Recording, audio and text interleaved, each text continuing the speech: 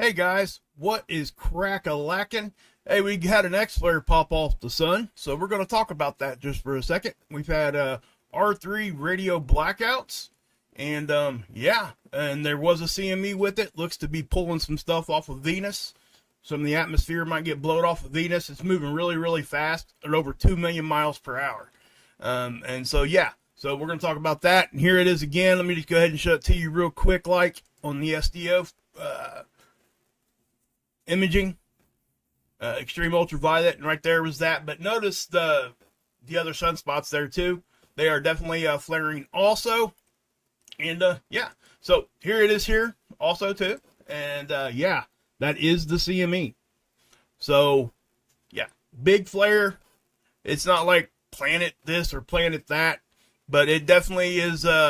It's something we need to talk about because it's moving fairly quick. And if the direction that it's traveling isn't quite what they say it is, we could get a significant shot from this. It does look to give us a glancing blow. So, yeah, that's what's going on with that. Now, let me go ahead and we'll go ahead and get this thing popped off, all right?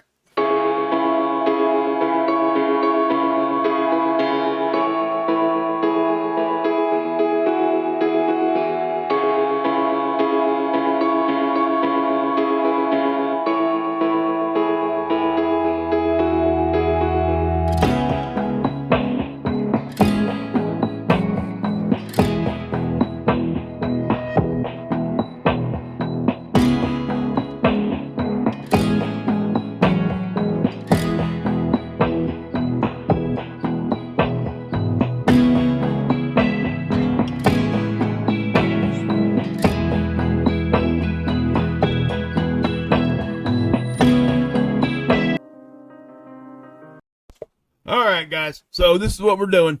We're going to go ahead and talk about this flare real quick, and this should be a fairly short one, so we're just going to go ahead and keep moving with that. But yeah, so you can see that right there. There's your X flare. You know, is this going to be a big deal? Probably not. Is it something we need to be talking about? Absolutely is. Absolutely is. And let me move that real quick, guys. Hold on just 1 second. I hate that when that happens. So let's do this. I don't know why that thing got moved. That's crazy. Right out in the middle. So let's move that little logo there. Let's move that over there. How about that? All right, guys. So yeah, I'm trying a little bit different setup. I'm trying to give you guys a few views before I get into the actual show part of what's going on. And again, it's kind of out of my routine, so I'm learning a new one. So I hopefully you guys can appreciate it. But again, I am going to be trying to make more content, and I actually made a live stream, I don't know, about 2 or 3 days ago, and a lot of you guys probably caught it, but I had to delete it because the internet was so janky that it actually put the end of my live stream in the middle. It was really, really weird. So I had to delete the whole thing. But which is fine, whatever. I mean, that happens sometimes. So, but so yeah, there is your the CME involved with this flare. Let me go ahead and pause that for a second. And guys, if you could please go ahead and share this out, I would really appreciate it. Yeah, janky indeed for sure, man. Hey Trinity, good to see you. Good to see you. Thanks for being here. And again, guys, if you guys could please share this out real quick and hit the like button. I haven't been, like I said, I haven't been making a whole lot of content, so I got to get back onto the algorithm. And again, I know it's not whatever there, but I do want people to hear what I have to say. So I I am doing a YouTube video, so I want people on YouTube to hear me, if that makes any sense to people. But yeah, so let's just start here, and I'll back this off just a little bit, and I wanted to show you guys that part of it because, oop, what in the world? What the heck is going on there? Wow. Okay. I don't even know what the heck. I must have hit print or something there. Anyway, yeah. So let me zoom it back out a little bit, and so let's go here. And okay, so we got the flares, right? Here's your X flare, but notice we've had a lot of M flares. And this is going to become more and more prevalent. We are heading into solar maximum. We're really close to getting there. And there is no set date for that. It just goes off of activity on the sun. So, yeah. And again, guys, you know, we can't really put a specific date on when solar maximum is. And I know that a lot of people want to focus on that. And I do think it's a mistake, because the sun can do what it wants, when it wants, and how it wants to do it.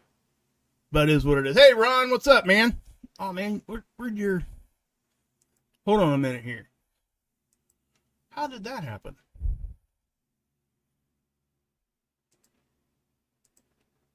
All right, there you go, man. I don't know how you lost your mod privileges there, but I gave them back to you. Good to see you, man. Good to see you, Ron. You guys want some earthquake information, you guys need to head on over there. Hey, Terry, good to see you, bud. If there is anybody else in here that's modding and you don't have your wrench, let me know. I see Trinity's got hers. Becca's here. Good to see you guys. Okay.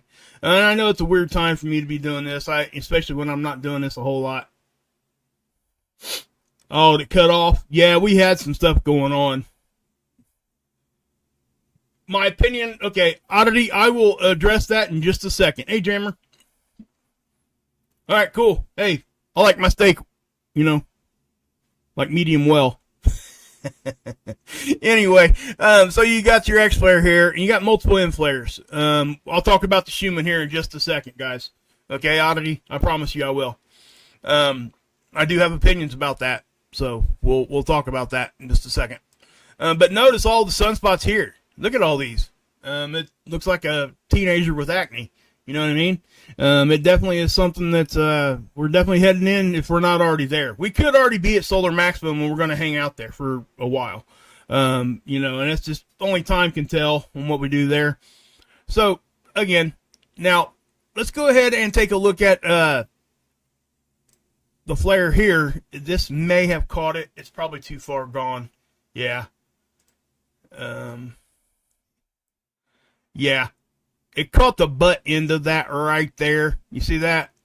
Because it happened, what time was it when that happened? Let's see here. Yeah, it was about, I don't know, 8, which would be what, that's 8 p.m.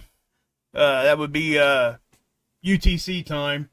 So whatever that computes to, is that 20? Yeah, 2000 hours UTC. So yeah, that's when it happens. So that's why the deabsorption model here isn't quite catching the whole thing. It did catch it. I mean, that's 100% for sure. But notice how we've still got X-ray hanging around, and that's just what happens. You know, our atmosphere gets ionized. I mean, a whole lot of things happen, and whole lots. But one thing I do want to point out here, you guys see this? This is the S1, which would, well, S1 is just the level of a radiation storm. It's up to 20%. Now, usually that thing hangs out at 1%. So, in other words, what I'm trying to say is the fact that we are definitely, they are watching stuff for possible radiation storms. Hey, Rob, good to see you, bud. Good to see you. When did this happen? About 4 or 5, well, about 6 hours ago now. Right around 8, maybe 8 hours ago. Yeah, I kind of lost track of time here. Just been doing my thing here at the house. But anyway, R3 radio blackouts, what can we expect with that? Well, R3 radio blackouts, here's their model of what we can expect for each level. It says wide area blackout of high frequency radio communications, loss of radio contact for about an hour on the sunlit side of Earth. Okay? In other words, whatever side of the Earth's facing the sun, you could see those conditions. Blackouts, the wide area, of a matter of fact, it could last up to an hour. Now, again, okay, this is where we need to separate flare from CME. Okay, and technically it's an ICME, right? So, and what the I stands for, interplanetary, which means that it actually made it out of the corona of the sun and it's going out into space. If you just want to use we all just use the term CME because I guess because we're lazy. I mean, just to be honest with you. And you put an I in front of it and people start to get confused because the acronym CME has been used for so long. So it confuses people when you throw an I on the front of it. It's no different than any other CME. It's just called an ICME when it actually leaves the sun, gets away from the sun, shoots out into space. That's all that means, interplanetary. A true CME without the I would mean that it would remain in the corona of the sun, or the plasma would fall back down to the surface, that kind of thing. So that's the difference. And I'm going to continue to call them CMEs just so I don't confuse people, just so you guys know that. And you'll find that even like professors and stuff will do that also. Well, Timothy Scove, she calls them CMEs too. It's just a term that everybody has learned to just use. And again, it's just a lazy thing, I think, especially for us Americans. Our speech gets really, really lazy. Okay, so let's go over here. This is the Discover data. And again, the BZ, look at that. Okay, it's dipping down at about -6 quite a few times here in the last day or so. The -6 means that our magnetic field is in a position that will accept the geomagnetic activity easier. Now, I know that is what it is, and I've explained this so many times. Things come in easier at the poles. Okay? So when the plasma is traveling to Earth, which is what it is, it has a charge. So when you're talking negative and positive, you got north and south pole of our planet, right? Magnetic field. So things are going to come in easier on that north-south pole spot, okay? And depending on how we're angled and what the actual polarity angle is at that time, it will allow things in easier, or it can actually deflect. If this BZ is actually in a positive position, this red line right here, it will actually push the plasma away, okay? If we didn't have any of that, everything would get in. Does that make sense? I hope that made sense to people. And again, I do apologize. I'm kind of out of practice here a little bit. But again, that is what it is too. So, wind speed. Now, I put in my title, 2 million miles per hour. That's fast. Okay? If you notice here, look at this. This is the speed, right? This is kilometers per second. Now you can go on the internet and get the, I think it was like 2.27 million miles per hour is what 1,000 kilometers per second is. Okay, but I just use the rule of thumb, roughly, for every 400 kilometers per second, you got 1 million miles per hour. That's just a rough estimate. For most of us, we don't need to know the exact, down to the exact speed. We just know that that's fast, right? I mean, and the faster it is, the harder it hits us. I mean, the better chance it has of making it through our shields and just getting into our system and giving us issues. So that's why we do concentrate on the speed and the density, right? Now, typically with the speed, you're going to have lower density. Now, sometimes that isn't the case, okay? Sometimes you have speed and density at the same time, and we will definitely take a big hit. So, but anyway. So, oops, sorry. What the heck did I do there? What the heck is that? What the heck did that do? Did I change something there? It must have. Must have changed something. I don't know what. My graph changed there. I don't know what I did. What did I do? Zoom out or something? Who knows? I don't care. Anyway, we'll move on. So, here we go. Now, this is the sunspots, okay? Notice how we got a lot of them. Right now, we have 11 of them. No Carrington event at all, period, guys. I'll say this again. If it's a Carrington level type of stuff, I may not even have a chance to come out here and tell you. Okay?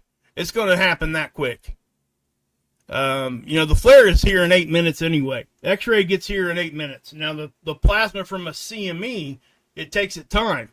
Typically 3 to 5 days. But when things are moving faster, which is what a Carrington event would be, it would be here in less than a day, most likely less than 12 hours. Okay. And what I'm saying there is that if that was to happen, first off, all the agencies would see it. Okay. Now, whether or not, because if we seen something, like myself, seen something that I thought was Carrington level event, and I really, really, truly was like 100% positive that was happening, I would not be in the best frame of mind. So what I'm saying is that you have to wonder whether or not they would come out and announce something like that, because it would not help. It would not help people to know that in 6 hours your power might be out, or in 5 hours your power might be out, or even quicker than that. All it would do, it would cause mass panic. That's exactly what would happen. And so, we can have that debate later on whether or not that's a good thing that they don't come out and say something or do. My opinion is we need to be talking about it like now, right? Because when that event happens, you're not going to have time to prepare for nothing, guys. You got to be prepared first, beforehand. I mean, it's just common sense, in my opinion. And again, this is not a matter of if. It is truly a matter of when. Remember that, okay? Because that's 100% positive right there. We cannot ever forget that. We have cycles, guys. We have, even if, because I know that we talk a lot about, different theories and stuff here, and what could be actually happening out there, or that, all the questions come up, or people telling us the truth, are they lying to us? Are we being lied to? Are we doing this? Are we doing that? All those are legitimate questions, right? And I'm going to say this right now too. The basis of science, okay, and I'm saying this to all these people out here that just want to just slam people, is skepticism. Do people not understand that? I really wish they would. Now, it has to be realistic skepticism, right? You have to be grounded in something. So if you're not skeptical of something, then you'll never question it. And that science is set up in a way that it is constantly questioned on purpose. Because sometimes, guess what? We're wrong. You know what I mean? So if we don't continue to do things and circle back to some of the same things that we've talked about for decades and years, hundreds of years, thousands of years, we could be making huge mistakes. And that brings me to my next point. We got to be able to admit it when we make those mistakes. And that is one of the biggest downfalls about the internet. People come out here and they start spouting off stuff and they have nothing to back up what they say. And I mean absolutely nothing. They'll tell you to go outside, look up, point your finger, and say, look there. Like that's really going to prove something. That doesn't work that way, guys. It does not work. You can't just tell somebody to go outside at night and look up. You have to tell them why. You have to tell them how. Well, why is that happening? What's your explanation for this? What do you have to back up your claim that you're making? All these things. Now, if it's just a cordial type of, relaxed conversation, that's a different thing. But if you're going to come out here and start telling people that things are doing the wrong things, you might want to have some stuff backed up, right? And not just a pickle on a stick, if y'all know what I'm saying. I'm not going to grab a pickle and a stick and go out here and run around the yard and act like it's going to prove something. That ain't going to happen. That's the other thing that we have to keep in mind too when we're talking about these kinds of things, is the fact that when it's accepted science, it's not up to the rest of the world to prove you wrong. It's up to you to prove what you're saying is correct. And I see that so much. People flip that around. Well, what about this or what about that? Listen, guys. I mean, don't come out here again with a pickle on a stick. If you want to make huge claims, you better. Let me give you an example, okay? Trinity does an awesome job over there. Okay? She never ever says anything on her channel unless she has something to back it up. And she has questions. She's asking questions and doing this and doing. That's how it should be done. Okay? Especially when we're talking about subjects that are outside of mainstream. Okay? Don't come out here with a pickle on a stick, a donut, golf balls, whatever you want to. Don't do that. You're embarrassing yourself. You really, truly are. And nobody's going to listen to you.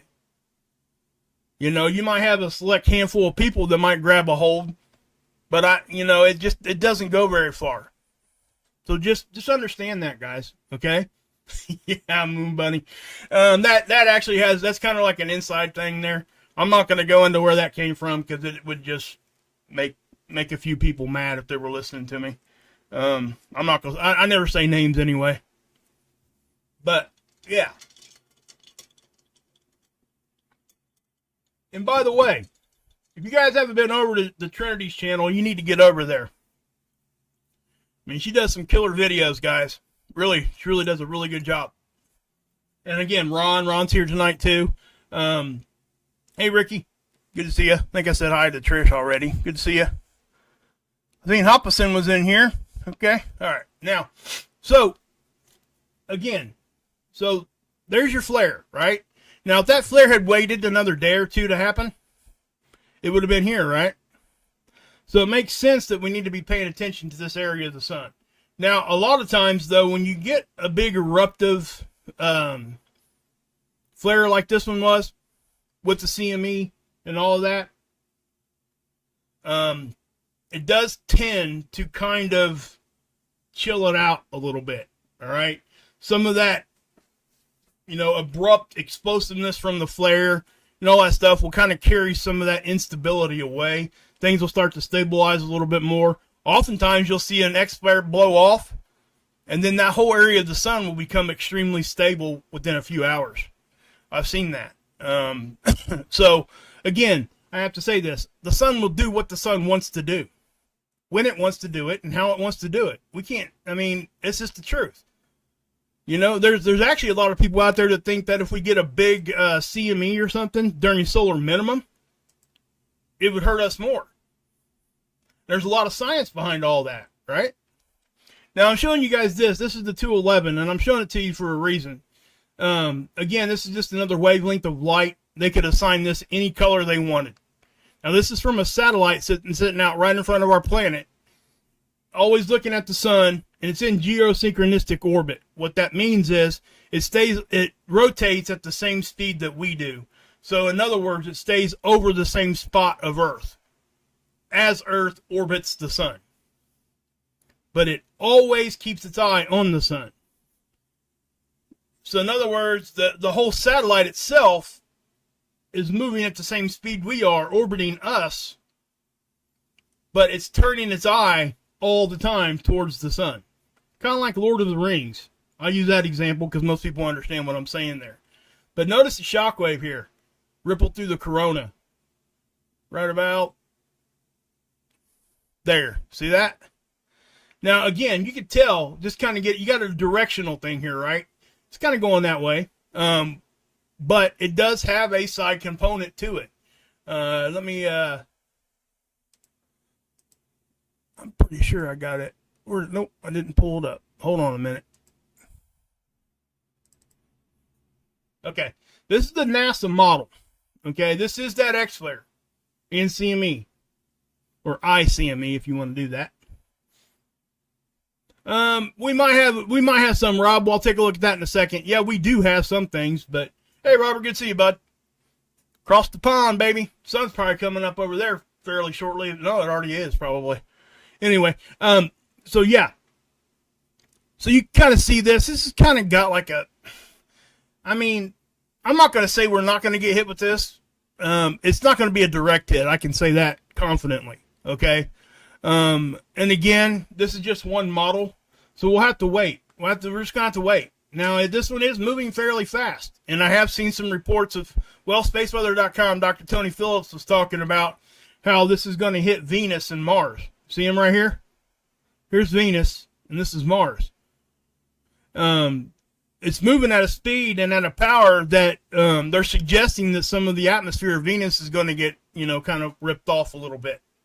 And that, that's not out of the realm of things to happen, guys. And again, that's not catastrophic for Venus either. Okay. That's exactly what happens anyway when you get hit with these things. depending on how strong your magnetic field. There's a whole lot of variables going on there. But at the same time, you know, you got to be real about things. And, you know, I think Dr. Phillips, let's just go over here. What do you say about it here? Said it will hit Venus and Mars. Let's see here. Probably erode a small amount of the planet's upper atmosphere. Okay? If that was to happen here, you would see aurora. It's probably all you would. Well, I mean, I guess we could see geomagnetic stuff happen here on the planet, but you can't see your atmosphere getting pulled off other than like an aurora type of signature. And that comes from different things. So, but yeah, please go check out Dr. Phillips here, spaceweather.com. I'm going to put his link. He's in my description box anyway, but I do want to give him credit for that, because that's, you guys, he does a really good job over here. This thing stays constantly updated, and you know, they just do a really good job. Hey, Bonnie and Soul. And again, guys, see what he puts here. You're going to start seeing this more and more often too. I want to point this out because this is actually relevant to what everything's going on around us. It says ChatGPT and other large language models is spreading rapidly across the internet.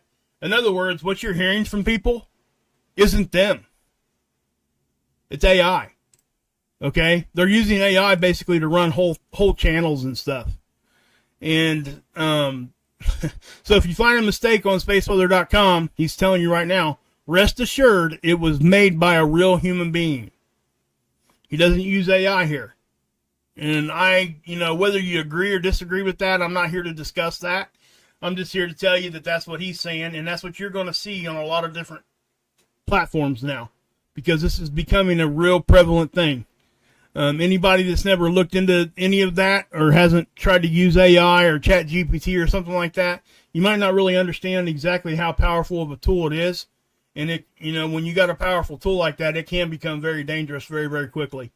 And, you know, I think we all knew that it was going to come to this anyway. I mean, that's just what we advance, right? And I'm not saying it's a bad thing, and I'm not saying it's a good thing. I'm saying that just like everything else that we have, if it's used the correct way, it can be awesome. But if it's going to be used for nefarious things, it could be really bad. So that's kind of what I'm saying. Things need to be put in place to, you know, in my opinion. So, all right. What the heck? What did I do there? Oh, okay. Anyway. Okay, answer the coronal hole right there. We got two coronal holes. They're not directly right in front of us, but they did pass through. So we're probably going to get an uptick in solar wind speed here in the next day or so from this one, because this was back, it was here. So it rotated kind of in front of us and kind of not at the same time. We probably did connect to it. I didn't look, but I'm just going to say, yeah, we probably connected to that. We're going to get like a small uptick. Could we get geomagnetic storms from it? Probably not. Maybe. But again, wouldn't be nothing drastic, I have to say. Okay? I'll tell you what I do want to do, though. I want to look at this view on the 304, because the 304 is ionized helium, and we're able to see filaments and stuff, and they're dark shadows, and you can see the plasma really coming off the sun when it does. It's a beautiful thing to look at. Oh, Matthew Shipley. Guys, you guys need to get over and check out Matthew. Again, he's in my description box also. Please go check him out. He does an awesome job. He runs a 24-hour live stream showing solar activity or space weather. You know, he does earthquake and volcanic activity also. He's got 8K, I think. I don't think he can broadcast at 8K. He might be able to, but I know he broadcasts most of the time in 4K. He's got fiber optics, and that takes a lot of time and a lot of money to get that to happen. It's beautiful stuff. He did do a small video on this X-Player, I think. Haven't had a chance to go over and check it out, though. But please go over there and check him out. So, anyway, as you can see here, there you go. That's the X-Player. It didn't look very, very powerful, did it? But it is. I mean, and that's what I'm saying. That's why you have to look at different angstroms of light to actually get a good, proper visualization of what's actually happening here. Right? So if we take this back, I do want to show you a couple days back too. Let's go here. take it back to the 18th. We'll look at the 3-day loop here. Because up here at the northern crown of the sun here, been having some pretty decent sized filaments like pull off right here. Watch this area right here. It becomes pretty evident in just a second here. Come on. You're seeing some of it pull off. Maybe I didn't go back far enough. I might not have. But see up here, look at all that plasma just hanging around in the corona. You can see how active the sun is. It's yeah, very active. Let's go back another day or two. Let's go back to the 16th. See if we can. I want to show you that one because it was pretty impressive. Find your glasses. Yeah, I'm an old dude, so yeah, I got glasses on too myself. So anyway,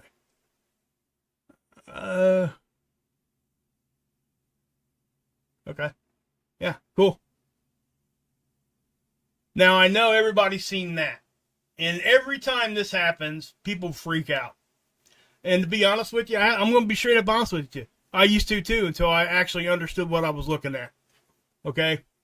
That's God's honest truth. I used to come out here and be like, oh my God, what is this? And it's fairly embarrassing even talking and admitting that kind of stuff, but it's the truth.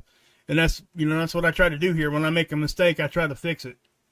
And, so you guys seen that filament there. I'll tell you what I was talking about here in a minute up here. It's an eclipse is all that it is. Something going between the satellite and the sun. That's all that is. It's no big deal. Okay. But watch right here, guys. See this little dark area? Watch it pull off and flick out. It's pretty cool. It's getting ready to happen. I know it's kind of a slow process, but there you go. Here it goes. Right there. Watch it. Wham! Look at that. I mean, I know it doesn't look impressive to a lot of you guys, but that to understand what that actually is, yeah. So let's check out this this thing I was just telling you about. Right, where'd it go? Right there. Okay. Watch. See that? That's just because the Earth was in between the sight line of the satellite and the sun. That's all that is. They forecast these guys. There's an eclipse season on SDO. All right? The moon can actually do it too. The moon will get in front of it also. I think even Mercury, it wouldn't be as big as this at all, nowhere near. But I think Mercury actually gets in front of it every once in a while also. But you can see that. You can tell. See. I mean, obviously it's a planetary body because it's round. But yeah, so there you go. So when you see that, now I know it looks like the satellite's jerking a little bit there. It's really not. What's going on there, I think the camera itself is it has parameters and stuff in there where it tries to stay focused on one spot. And when it gets dark like that, I think, and don't quote me on this, but I'm pretty sure that's how it works. When it sees something like that, it tries to adjust. So, yeah. Anyway, so let's we're gonna move on. Okay, so here's that CME again. This is the CME part. Again, this is on SOHO, which is sitting about 1 million miles closer to the sun than what the satellite I just showed you now a minute ago, their SDO. It's always looking at the sun. There you have it. And obviously, looking at that, it looks like it's going off to which would be the east. It's reversed when you're talking about looking at the sun. You got to pretend that you're actually standing on the sun looking up. If you want to know east-west. North-south is the same, but east-west is actually reverse. Okay? When we're talking about the sun. So moving to the left here would be moving to the east. But again, it does look like it's going to be, going off to our east and south also. It has a general southward directional eruption there. Now let's check it out on stereo A. Now again, this is stereo A, okay? This satellite used to like be right up next to us, or I mean, about 90 degrees actually. So it would give us a partial side view of the sun. Right now, it's not. Now, Robert was telling me that they actually are sending it back out. I think they got more funding for it or something. They're able to keep that going now, so they're sending it back out, which is, I don't think they expected the lifespan of this thing to last this long, and it has, which is very, very impressive. But as of right now, we don't have a very good side view of the sun. So this is essentially kind of from our view. It is askew a little, not much, but you're essentially seeing both of these from the same view. And that's why I've kind of slacked off of showing you guys stereo A, because we're seeing the same stuff on Soho. And once this thing gets out a little bit further, then we can start looking at this again to get a general direction of what direction the CME itself is actually moving. So if you have a side view, you know, all those things come into mind. So I'm gonna do this real quick, and I'm gonna try something here, because I really want to show you guys this thing. I'm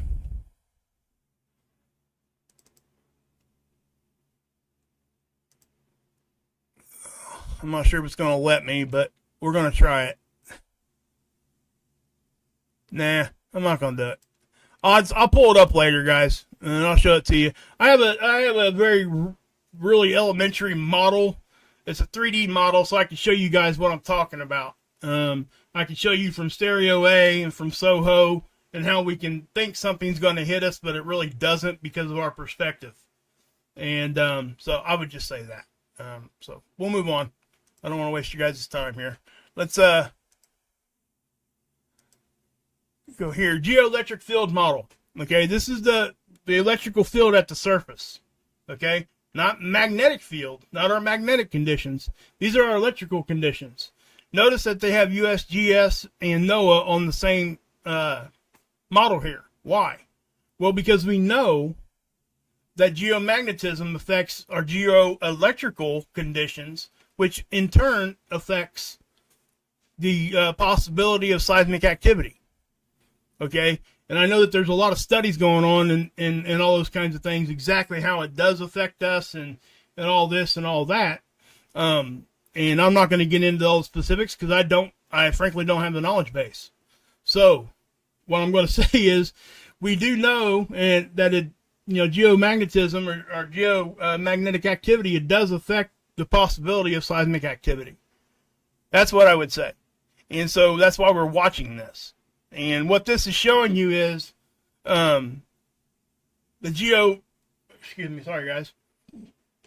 its effect on unnatural electrical components. In other words, transformers, switches, wires in your house, anything that's not naturally there. This is what this model is trying to show you. Okay? The effects of the geoelectric conditions on those components. Okay? Now here on the left, it's 3D. It's a 3D model. Notice how this is like dark blue. This dark blue color used to like be all the way up into here, because the model's incomplete. They're working on the model. Right? Now the one over here is a two-dimensional model, and well, it's a 1D, but yeah, we're not going to get into that. But it's complete. Right? And it for what we're doing. Oh, thanks, Robert. You guys read that from July 20th. Eclipse season starts on SDO. Okay, thank you. 7:25 UTC. Thanks, man. Appreciate it. So yeah, that's when it started. From July 20th. It hasn't started yet, obviously, because we're about a month from that. But as you can see here, guys, listen. You can see the geoelectric field here getting a little bit activated. Now, this isn't like extreme. I'm not saying that at all, because it's not. But like ambient conditions, like during solar minimum, oftentimes you'll come over here and you won't even hardly see anything on this model, because there's just not that much activity. Okay? So we'll just leave it at that. But the one over here is three-dimensional, and you're going to notice that it gets a little bit more active around higher populated areas. And there's a reason for that, because there's more electrical components there. I mean, it stands to reason, right? I mean, but anyway, that's why this model's here. It's helping us understand the connection. They're trying to help get a better understanding visually with this model of things that are happening that can, kind of, put things together when it comes between, trying to figure out exactly how geomagnetism and geoelectric conditions affect seismic activity. Okay? That's what I'm trying to say. Now, if that sounds like a bunch of word salad, I apologize. I really, truly do not try to go using those vocabulary, because, frankly, when I was first trying to learn this stuff, it was blowing over my head big time. It still does, just to be honest. Sometimes I have to go look up vocabulary on specific words because I just don't understand them, and I don't want to tell you guys the wrong thing. So, and if I ever do and it's pointed out to me, I 100% come back here and tell you guys. So, yeah. And hopefully you guys can learn from my mistakes. That's why I leave my old videos up, because I want you guys to, anybody that comes across my channel, and I struggled with whether or not to pull a lot of those down. And the reason I didn't is because I want people to understand that it's okay to be wrong, as long as you're able to come out and say that you were. And, that's what I do now. And that's why I just, it's a lot of reason why I stick to reporting on space weather too. I try not to go too far this way or that way. I have my own opinions and whatever, but I'm not here to give you my opinion. I'm here to show you where to go look so you can form your own. That's my purpose, okay? I'll give my opinion, and when I do, I say it, right? But I'm not here to tell you how to think. And I hope that people get that. And I think you guys do for the most part. I'm trying to look into doing a few different things here. I'm going to try to get some interviews going and things like that. But that's not coming real soon. I got to get my things ironed out here at home. I got some new equipment stuff that I've been working with here. As you can tell, I'm not as comfortable right now with this because I'm doing different stuff in the background. You guys can't see me doing it, but I got different stuff in front of me, and it's, yeah. Anyway. So, with that being said, now this is the German model, okay, GFZ. This gives us actually a 30-minute plot. Okay, you see this is 30-minute plots. These are 3-hour plots. Okay, and we're just talking about the KP here, and they call it the HP over here on the 30-minute one. Then you got the HP 60. Okay, that's a 60-minute plot, and they do a 3-hour KP here also. Okay, so I actually look at this more often than I look at Noah's version, because I do like being able to see it broke down a little bit quicker like that. So when you see this down here, the 3-hour plot, they're taking 3-hour readings and they're giving you an average. So, we could pop up into K6 for like 5 minutes or something. Now, would that be a big deal? Absolutely not. Yeah, Ricky, me too. Me too. Guys, very early on in my channel, I did my channel on my phone with a cracked screen. Yeah. Talk about OG. That was me. But anyway, yeah. And, like Adam Marfugal, shout out to my boy Adam. He was doing his stuff from the car, and it just, things are so much different now. It's amazing to me. I don't even know how long I've been doing this. It's got to be 5 years by now. Something like that. 4 or 5. Okay. What else do I need to show you here?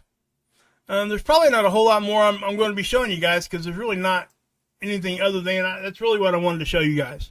The Schumann question. Hold on one second. Hopefully, was it Oddity? Can't remember her name. Sorry, I forget your name there. I apologize. Let me I'm going to pull up this one, the Schumann. And the first thing I'm going to say, ooh, whoa.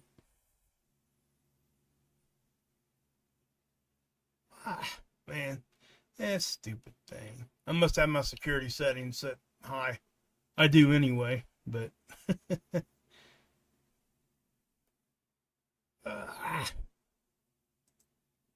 Okay, let's try something different. How about... This will give us one, probably. Yeah, this is over at Disclosure News. You can go over here and check it out. Oh, see you, Lewis. So what you're going to see, guys, this is what we're talking about. And I'm assuming this is what the conversation was about. Okay? Up here. Guys, this human reading right here is coming from Russia. This particular graph is. This is the one that everybody looks at. And once you understand what I'm getting ready to say, you'll understand why that's an issue. When you're talking about the Schumann, it's the frequency is bouncing around between our ionosphere and the surface of our planet. These are very, very local and at best regional readings. So when somebody comes out here and tells you this is affecting the whole planet, it is not. This is not the conditions for the whole planet. And, you know, and the fact that probably what was being talked about here is it looks like there hasn't been any readings for a couple days. Guys, it's equipment. There's machines, not machines, but there are instruments taking these readings. And guess what? Sometimes, believe it or not, this is going to probably blow some people's mind. During winter, especially over here in Russia, snow gets on this equipment. When snow is on this equipment, it affects what it does, how it reads. So what I'm saying is that if you want to look at the Schumann, which is very, very important, it truly is. The resonance is very important to us. Our human bodies require 7.83 to become, be in that normal ambient space, right? Yeah, kind of, Moon Buddy. They kind of do. But the thing of it is, this is probably just an equipment issue. Okay? And my guess is that if you were to go to this site and dig in, they will probably tell you on their site, hey, we've had equipment issues. This is what's going on. I just don't waste my time with that anymore because the stuff that happened in the past year is not affecting me right now. If I'm going to look at the Schumann, I want to see what it is right this second. Yeah, I mean, body and soul, there are things like she just said, she's talking about CERN. I'm not going to say the word because it hits the algorithm all jacked up. But I have to say that, we need to look at the Schumann, but we should not just look at one instrument. Okay? We can look at that and get a very general, hey, there's been some activity, geomagnetism's hitting the earth, and it's affecting, our resonance, how things are vibrating, right? That happens. But what I'm saying is we have to continue to look at all of it. You can't just take a piece of the pie and expect it to look like a whole one, because it's not. It just really, truly is not. Hey, Ripper, good to see you, bud. Tony D's in the house. Keeping it real, baby. Keeping it real. These geometric patterns only showed up in Russia, nowhere else. I don't know. If you're talking about the Schumann, let me see. I'm going to roll the chat back here a little bit, see if I can catch up to what you guys are talking about. Yeah, maybe I'm lost. I don't know. But no, anyway, what I'm saying is, guys, don't just look at one tool. It's that simple. You can't get a true, accurate signature on what's happening to you. What's happening in Russia with the Schumann resonance has absolutely no effect on me right here, right now. At all, period. That's a fact. So what I'm saying is they put 7.83, they put this resonance, they pump this vibrational frequency into this any kind of man carrying space pod or whatever you want to call them, spaceships, okay? Whatever they are, right? Whatever shuttles, the Apollo stuff, all that stuff. Anything a human is inside the space station, they have to put this in there. Yeah, see, yeah, Robert's exactly right. And that's what I'm trying to say, guys. So for data loss, looks like, yeah, for 35 hours. That's all that is. It's probably an instrument failure. For whatever reason. It might not even be the instrument. It could be the software. It could be any of that stuff, guys. We got to keep in mind that this is technology, and sometimes technology breaks or is affected. We can't just all of a sudden say, oh my God, what's going on, and run for the hills, right? I mean, that's just not what we do. That's not responsible at all, period. We shouldn't be doing that. We should be looking at all of it, right? Now, if there was some crazy looking signature and it was showing up everywhere, well, absolutely, we should be talking about it. You know what I mean? I mean, that would be crazy for me to sit here and tell you that we shouldn't. We just have to see the whole picture. That's what I'm saying. So they're pumping all this frequency into, the spacecrafts and people that work underground. If they don't, they get what they call space sickness. You start going nuts. You truly do. Your mental capacity start failing. And even your physical things. This thing can directly affect, especially people with heart issues. Okay? This frequency is very, very important to our biology. It truly is. And, that's why I take it serious when we're talking about this. And it makes it that much more important to point out that we have to look at all of it, not just one. Because would you want to go lay on somebody's operating table that's getting ready to cut you open and mess with your heart? Say you're over here in Nebraska or Kansas or Oklahoma going under the knife, and your cardiac doctor goes to the Russia human resonance site to try to see what's going on. Would you want that? Probably not. That's my point. It truly is like that. So please, yes, we need to look at the Russia model, but we need to look at all of it. That's what I'm trying to say. Yeah, back at you, Tony. Thanks for being here, man. So please, guys, just keep that in mind. That's all I'm saying. I know I kind of went on a little rant there a little bit, but that, and again, I'm the first to admit that I used to do that. Ripper, man, dude, you kill me, man. You put a smile on my face every time I talk to you, brother. I'm not even kidding. That's a gift, guys. Rip's got a gift for that. Make people smile. 100%. Not even kidding. Such a good friend.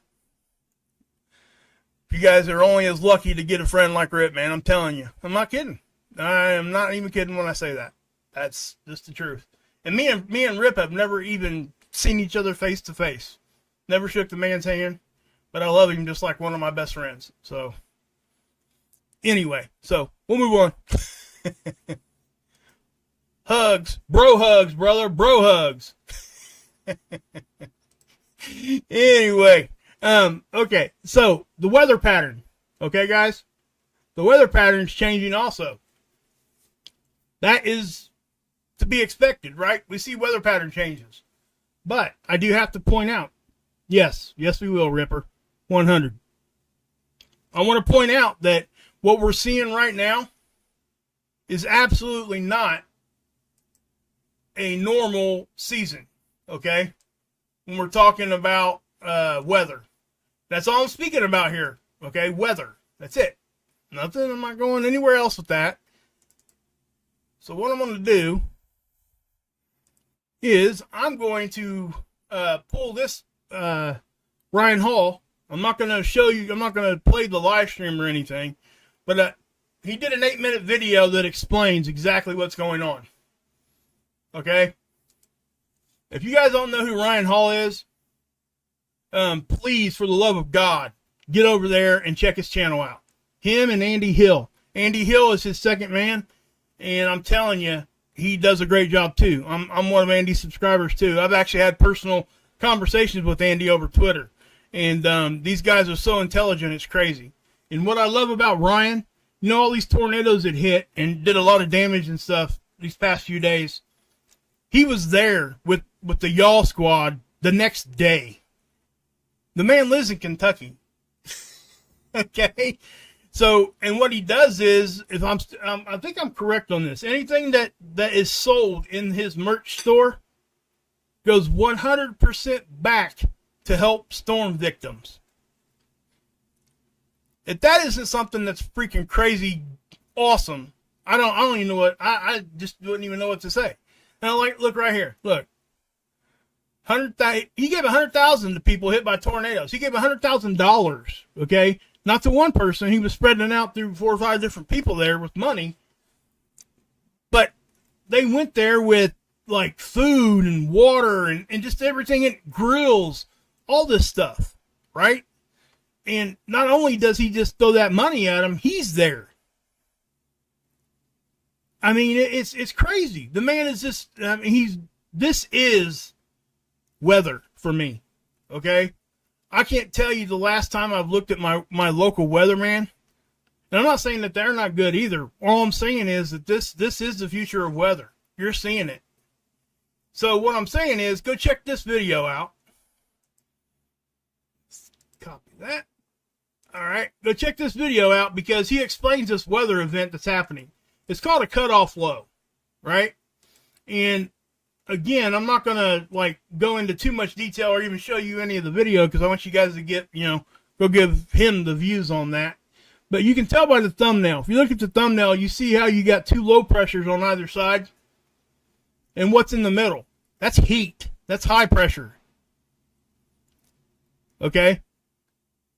And we're talking about going into an area, we're going to be really, really wet in some areas of the country and really, really dry. Plus, this is actually impacting our tropical issues right now. We've got a named storm named Brett right now, and there's going to be more behind him. This is early, very early. Okay? We had the 4th highest temperature readings in May in like 174 years. Okay, so heat, the heat and things are just not, this is not a normal season, okay? And I believe we're in an El Nino too. So all that stuff is going to affect. Now notice that, when you're looking at this, you can see how that heat goes up into Canada. When you start seeing 90-degree heat that far north, something just a little off. I mean, I'm not saying it's unheard of because it absolutely is. It happens. But what I'm saying is that this is a significant weather event we need to be talking about because it's going to help steer these hurricanes. Now, that's the biggest question. With that low pressure hanging out there on the East Coast right there, that cutoff low, most likely it will take those hurricanes and throw them out in the ocean. It won't let them hit. But, again, that's not a guarantee. Something else I want to point out. 2 or 3 years back, we had 2 storms back-to-back in the Gulf. Actually, they were south of Florida at first, I believe. But they moved into the Gulf, and one of them hit Texas, and I can't remember exactly the other one. We've had so many of them. But we had 2 big flare events happen. And it was on that side of the planet was facing the sun, where those hurricanes were, when those flares popped off. And it was almost immediate. You could see it intensify. It was directly being affected by that flare. You could see it. I mean, it was almost like no doubt about it. It happened twice in the same season. So what I'm saying is that, yes, geomagnetism, geoelectric, all that stuff affects our direct weather in the short term. Okay?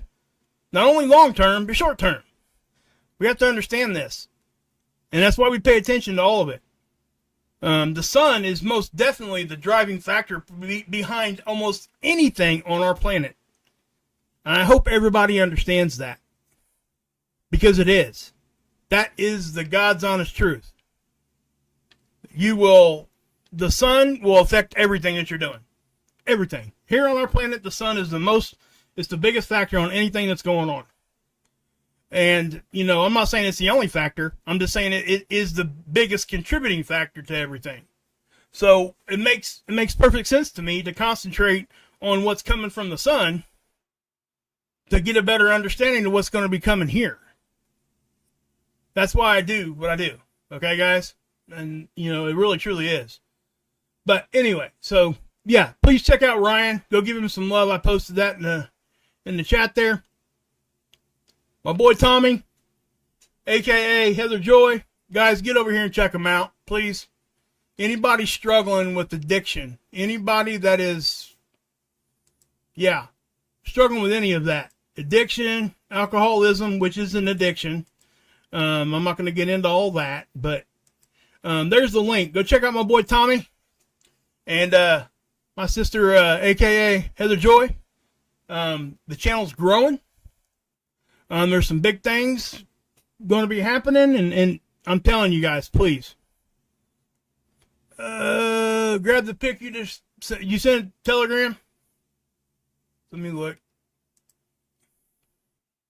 Let me look.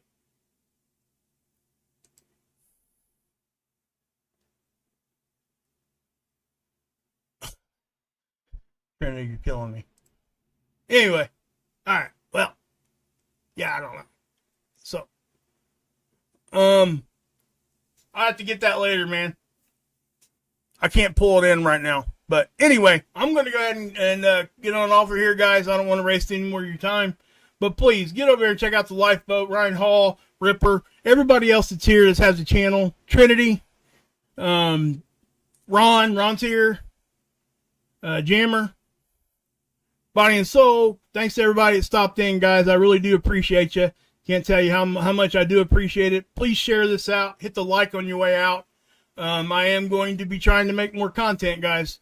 And I'm trying to follow through with that. And I think I'm doing an actually decent job. Just remember, I did do a live stream like 2 or 3 days ago, almost 4 days ago now, 3 days ago. I had to delete it because of that stupid internet issue. It buffered throughout my whole stream. It was horrible. Anybody that was here knows what I'm saying. It was not good, technically. So, but anyway, guys, I am going to go ahead and pop off. And God bless. Yahusha saves. And as always, you can drink this Kool-Aid.